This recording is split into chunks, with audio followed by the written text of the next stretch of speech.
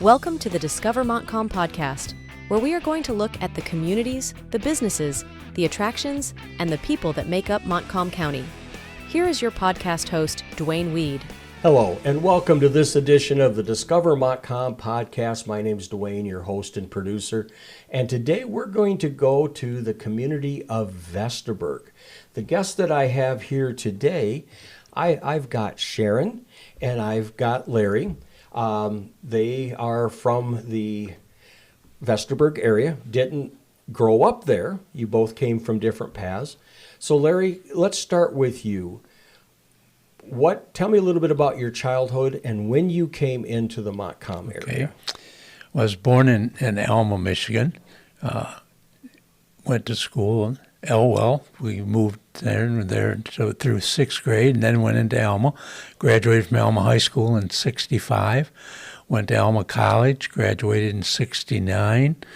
Went to a little town called Linden. Taught for a year. Did not like it. Got an opportunity to work as a graduate fellowship at Central Michigan University. Went there, got my master's degree. While I was working on my master's, I came from a large family. There were 7 kids, 5 boys, 2 girls. 4 of the brothers sang in a quartet. And it happened that the Vestaburg Church of Christ was holding a revival in 1971.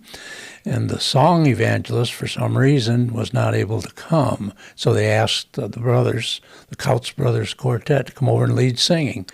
So we came to Vestaburg that week, and at that time I met the superintendent of schools. His name was Keats Wood, and he said, we got a math teacher over here who's retiring. He's got 1 more year, looking to replace him. Are you interested? And so we interviewed and got hired, and 47 years later I retired from teaching high school math at Vestaburg, and now enjoying retirement. Still got my hand in the door. I'm on the school board, work all the athletic events, running scoreboard, still enjoying the contact with the kids. But that's how I came to Vestaburg. Started teaching in '71, retired in '90, or 47 years later, whenever that happened. Yeah, we'll to be. do the math. Yeah, I don't do math. Yeah, Not anymore. Not anymore. It's amazing. But so wow, that's quite. But you pretty much stayed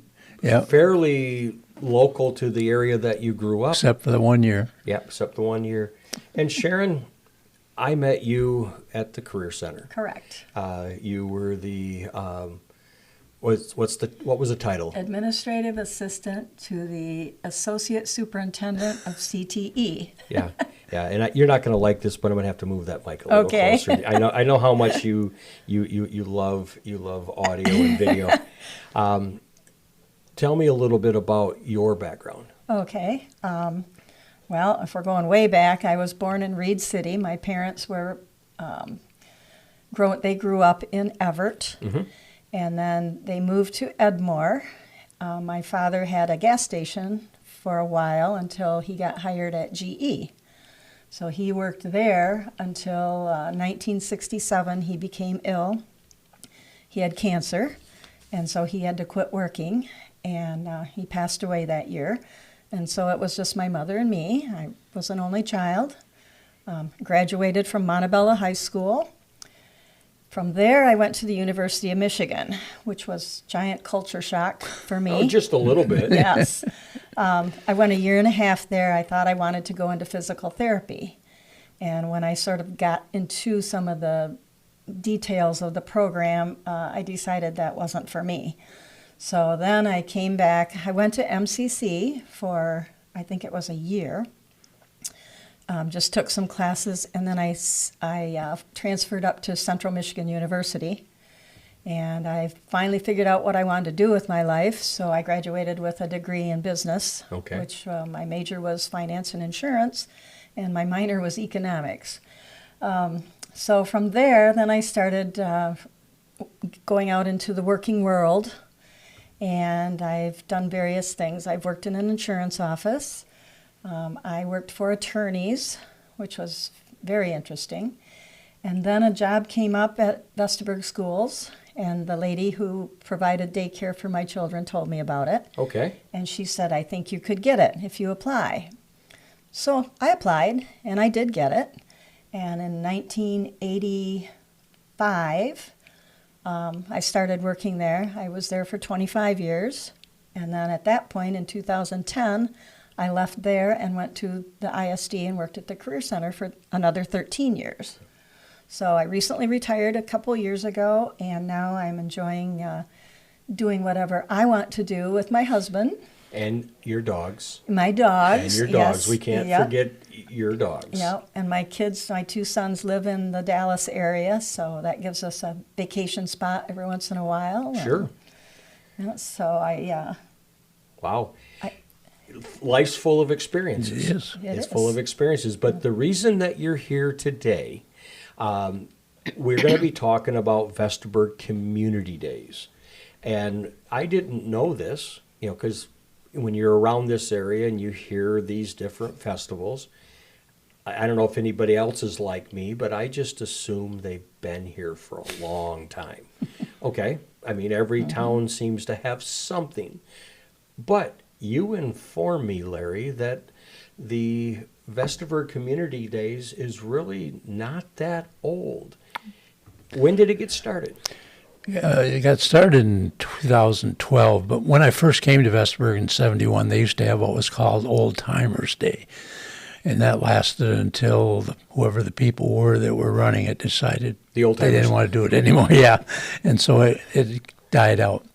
But in 2012, I direct a community choir, and I belong to a music club. So every so many months, they would send music. And this one set of music came with a patriotic musical. Great piece.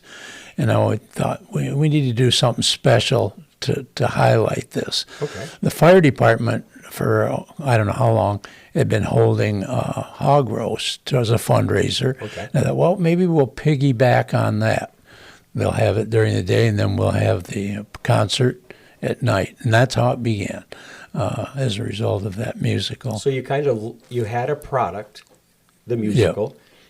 You also had other things that were going on. So why, I Incorporate. know Howard City's kind of doing the same thing with their food truck. There was also a 3-on-3 basketball tournament that was happening. And they said, well, instead of doing it all on different weekends, why don't we do the food truck, which ended up being a car show, which still has the basketball, moving it all in and making it a bigger event. So that's basically what we did. Yeah. It sounds like exactly what you did. So it didn't start on some napkin or a bunch of people meeting in a back room. No. No real excitement. Just got together with the fire chief and discussed the mechanics and made it happen. Okay. Then next year added a few more things. And Okay. So it's the third, weekend in July. so you can almost set your calendar. Is it a Friday, Saturday, Sunday event? Or It depends on the year and the number of events we had. We've had, when we initiated, it was just the one day, just Okay. Saturday. Then we added Friday night. Then we wanted to add some religious things as well, so we went for the 3 days. Okay. COVID kind of cut us back a little bit, but since then it's been basically Friday, Saturday, Sunday. Okay. So I take it, what are some of the events? I know that it probably changes somewhat year to year, so you need to check the Facebook page, which is Vestaburg Community Days. Yep. So if you want to find them on the socials, you can find them there.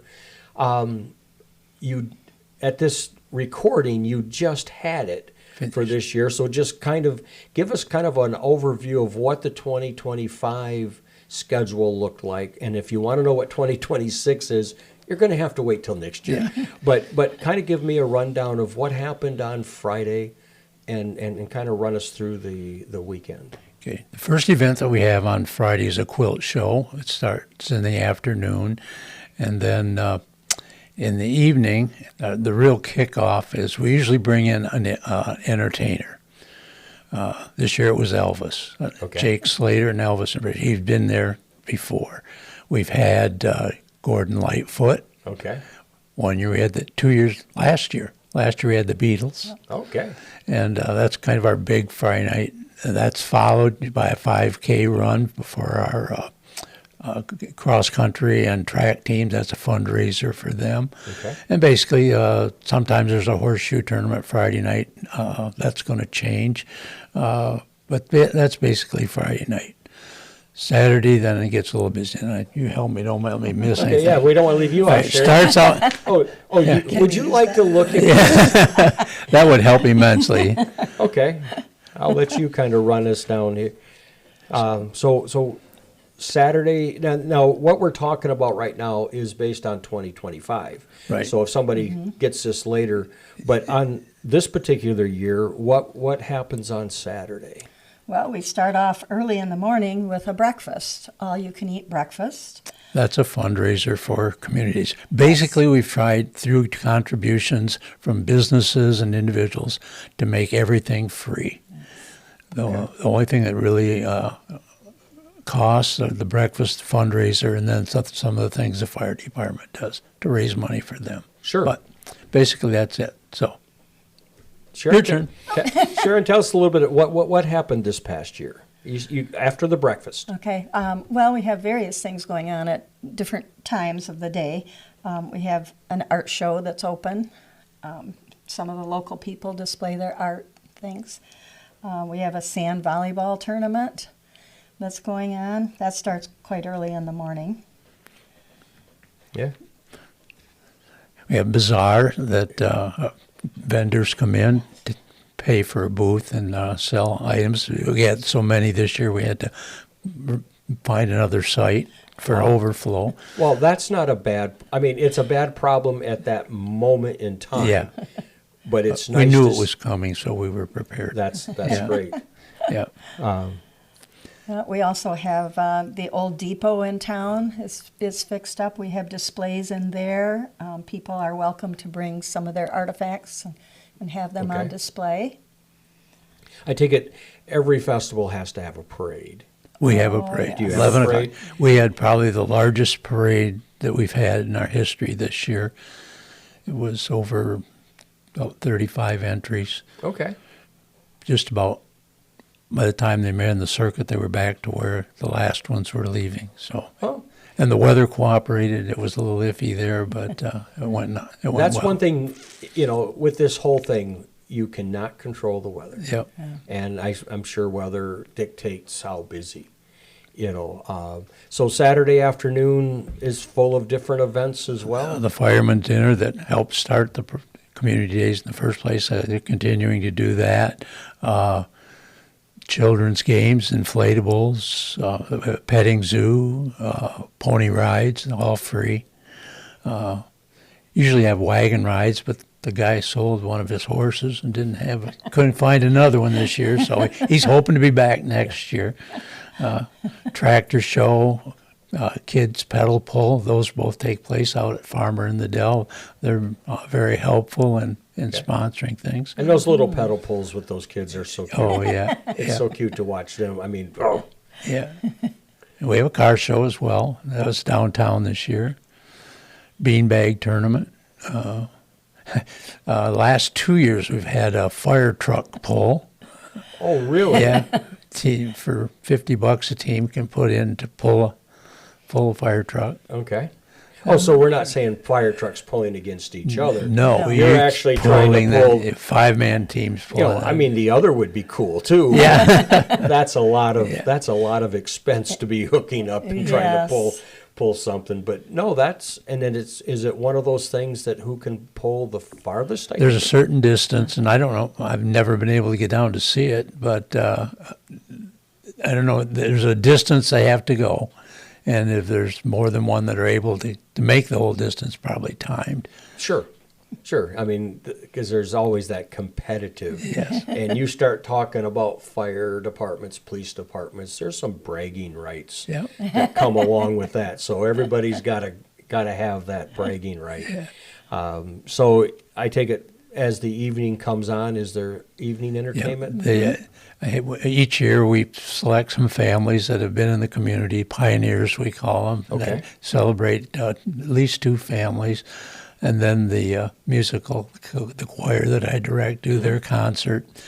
That's followed by what we call Shine a Light. We sell luminarias, $5 a piece, to give to someone that has a need. Oh. And this year was kind of special. The township librarian and her husband both been very influential in the community, both dealing with health issues, put the plea out, sold the luminaries. We had 100 of them around the track. We put them around the track, and then people can walk, play music, read off the names. Each person that purchased one can honor someone that they want to.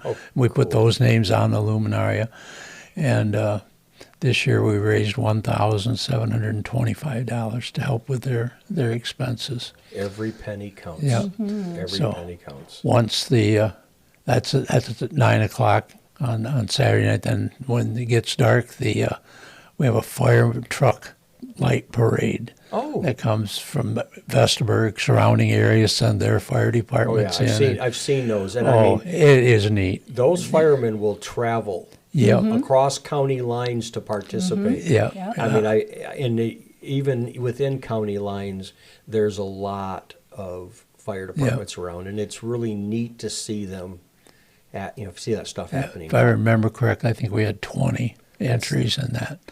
And then the evening concludes with fireworks. Okay. We spend $1,500 a year on fireworks, and that was probably one of the best shows this year, I think, that we've had.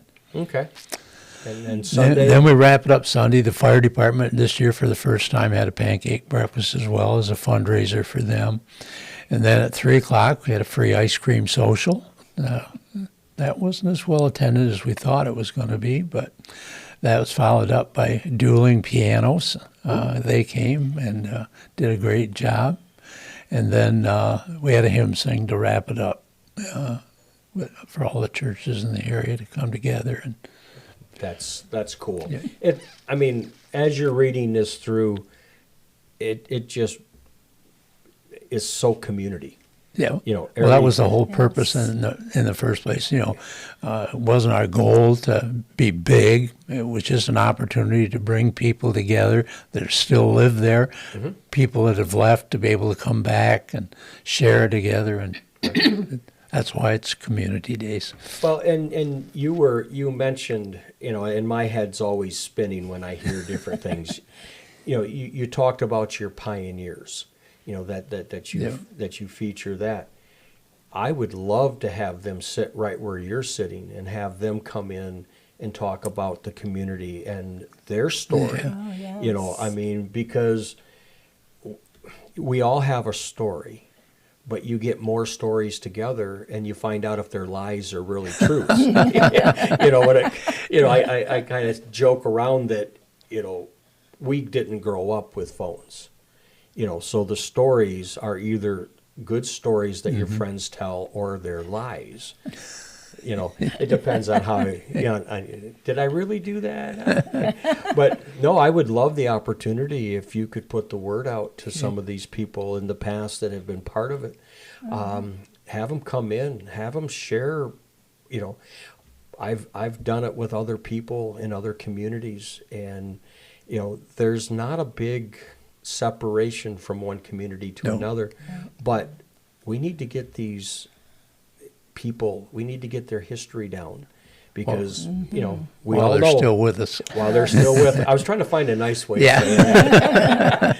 But that is so cool, and I know since I started doing this, I've had a handful of people that have passed, and a couple very unexpectedly, but I have their story here at part of the Discover Montcalm podcast. So you're in the Vestaburg area.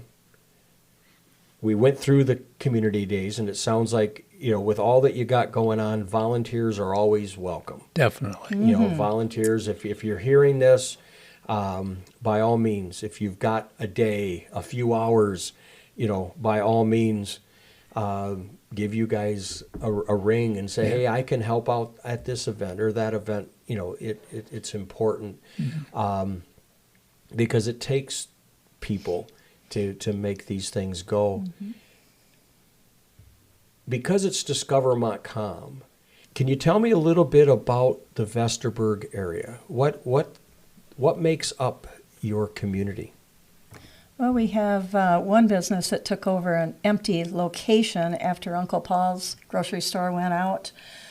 Federal Fluid Power came in and set up a business, and they are doing very well. They do hydraulics, things like that. Being that we have a lot of farmers in the area, they are doing well helping the farmers out with parts, because we also recently lost our Napa store. So that's been a good business, a welcome business to have in our area. Okay. Our claim to fame is Farmer in the Dell, Okay. an ice cream shop. Everybody's got an ice cream shop. They draw from all around. Yeah. The Helena is a chemical for farming, but advanced farm equipment. South of town used to be Lenco. Yeah, I've done a lot of business with them. Yeah, and great people support community days real well every year. A lot of the area businesses do. But probably the big thing in the community is the school. Yeah. We're proud of our athletic teams, and the facilities are top notch. Have one of the best baseball and softball fields in the area. We're having a brand new track. In fact, they waited until Community Days was done to come in. They're going to start tearing up, put in a new one. The one that's there is 15 years old, and going to put in a nice new track. But financially, the school's doing well. And We're very fortunate to have a Yes. small school still Yeah. in our little area. Yeah, and Montcalm County's full of small schools. You know, I mean, you've got, if you look at them all, you know, they're good, but it's just we don't have any big, you know, Greenville being the largest in our county, but there's a whole bunch others out there.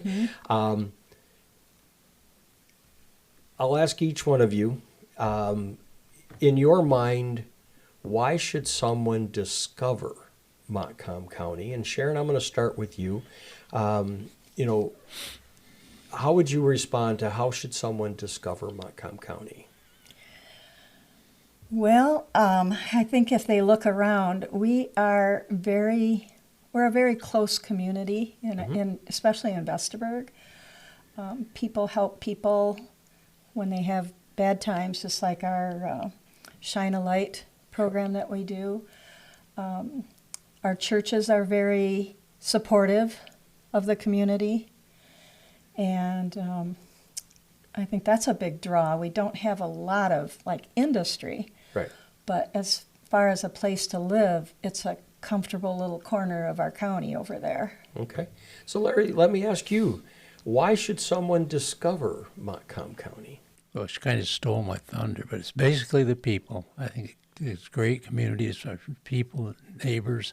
Like I say, not much interest in that. If you're looking for a job, you probably need to seek elsewhere. But if you're looking for a good school system, good, beautiful area, we got it. Yeah. It's like that around a lot of these areas. Great place to live, and you just drive a little ways. Yep. You know, and usually it's not that far. Usually within a half hour, you can hit something that, you know, you can find work. I know that over here in Howard City, you've got Grand Rapids and Big Rapids a half hour away. You know, over in your area, you've got Ionia, you've got Mount Pleasant, Alma. Yep. You know, so I mean, there are bigger cities, but it's quiet. Yeah. You know, it's nice to be, you know, I know here the noisiest thing in my neighborhood right now is the peacock that my neighbor has. You know, that and when the cows get going or the donkey gets going. But I'll tell you what, that I would rather hear those natural noises than a lot of other things. So once again, Vestaburg Community Days, you can find you guys on Facebook. If you want to know what's going on, it's always the third weekend of July. So you can mark your calendars on that one, and we just hope for good weather, and we hope that people go, hey, I'd like to volunteer and help. Yeah. Volunteer and help. And just check the Facebook page. because it'll give you the itinerary for Our that. meetings are posted on there, and Okay. we'd love to have some new blood Yeah. with new ideas. Start planning for next year this Thursday night Yes. at 6 o'clock. I was Festival going to say, Church Christ. and at the time that we recorded this, it's a Monday, and you ended it yesterday, and within a week you're right Yeah. back at it again. Uh-huh. You know, because that's just the way things work. So, Larry, Sharon, thank you both for coming in and talking about Vestaburg. My name's Duane, the host and producer. Remember to buy and shop locally. The Discover Montcalm podcast wants to thank West Michigan Technology and Design Solutions, WGLM 1063 FM, DW Video, and Business Growth Engine. Thank you for your support. Follow the Discover Montcalm podcast on Facebook, Instagram, and YouTube. Catch every episode at discovermontcalmpodcast.com, Apple Podcasts, Pandora, and iHeart. Want to be a guest on the podcast and share your story? Contact Duane at 231-250-9624. That's 231-250-9624. Thank you for supporting the Discover Montcalm podcast.